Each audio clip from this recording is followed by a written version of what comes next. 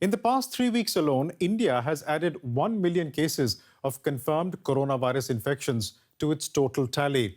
This now stands at more than 2 million, the third highest in the world after the United States and Brazil.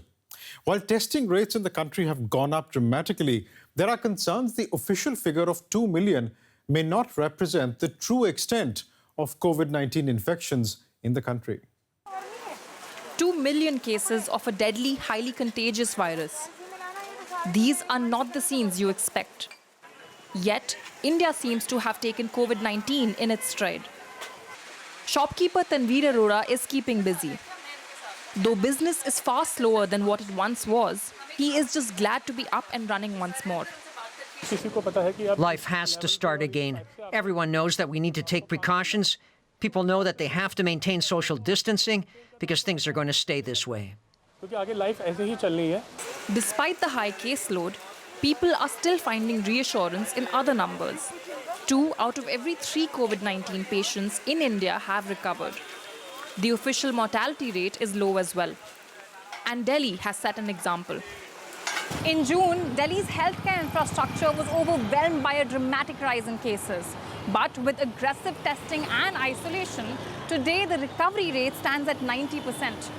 There could be more than meets the eye. In a sample survey, the Delhi government found that a fourth of the people tested had had the coronavirus. This would mean 5 million cases in Delhi alone. Yet, people seem confident. But life doesn't keep sitting at one place. You have to move on. And safety is basically within our hands only. We have to take precautions and move on. The hospitals are doing better. People were getting pushed around while in line for treatment, but now they're getting help.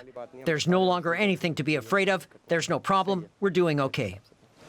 India does have the world's fastest growing outbreak. Normalcy, however, seems to be steadily fighting its way back. Joining me now is Professor Shamika Ravi from the non-profit Brookings Institute, and she was also a member of the Prime Minister's Economic Advisory Council. Professor Ravi, welcome.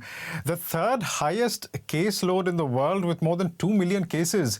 Would you say this is a cause of worry for India?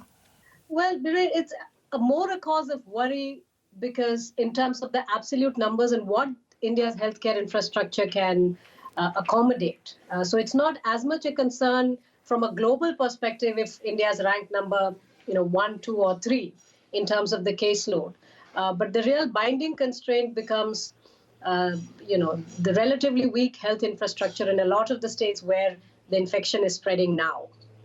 Let's just talk about that health infrastructure. I mean, last month itself, we saw these harrowing scenes from hospitals in Mumbai and Delhi, the 2 biggest metros in the country and arguably cities with the best health infrastructure in the country. People couldn't find beds over there. I mean, does that make you confident that Indian health infrastructure can actually cope with this?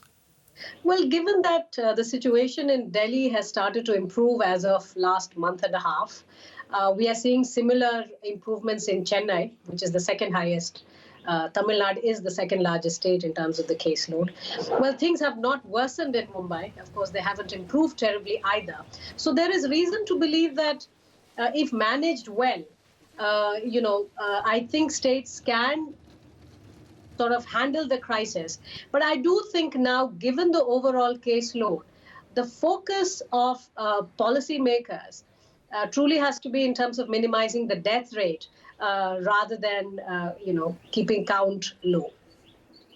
Speaking of that death rate, as far as I understand, India's death rate is one of the lowest in the world. I think something along the lines of 24.22 deaths per million, yet you have more than 2 million confirmed cases.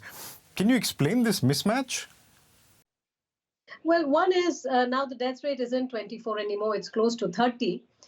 So clearly the death rate is increasing overall if you look at per million people in the population. This is pretty low compared to the OECD countries if you consider Western Europe or the US or Brazil. But within the South Asian region, Biresh, this is not that uncommon. So which seems to allude that perhaps the virus, the strain of virus in the region is different, or perhaps there is innate immunity, I think the science of it is still at a very early stage in terms of the immunity and what it might mean for people of this region in the world. I'd just like to come back to that 2 million figure. We talk about these as confirmed cases, but I wonder if they really give us the whole picture of infections in India. I mean, confirmed cases doesn't necessarily equal the total number of infected people. I mean, these could be people who have had the virus but don't show up anywhere in official figures. So do you think the extent of the COVID-19 pandemic in India is far bigger than just 2 million figures? I do think that is most likely the case, and that is a situation almost everywhere. The numbers will eventually reflect the amount of testing that a state or a country is carrying out. Now, while India has really ramped up the testing for COVID over the last few months, and particularly since June end, but what we are seeing is in some of the states across India, the positivity rate, which means out of every 100 tests, how many cases do come confirmed positive for the virus, that has been quite high. Now, the WHO basically sets a benchmark of 5%.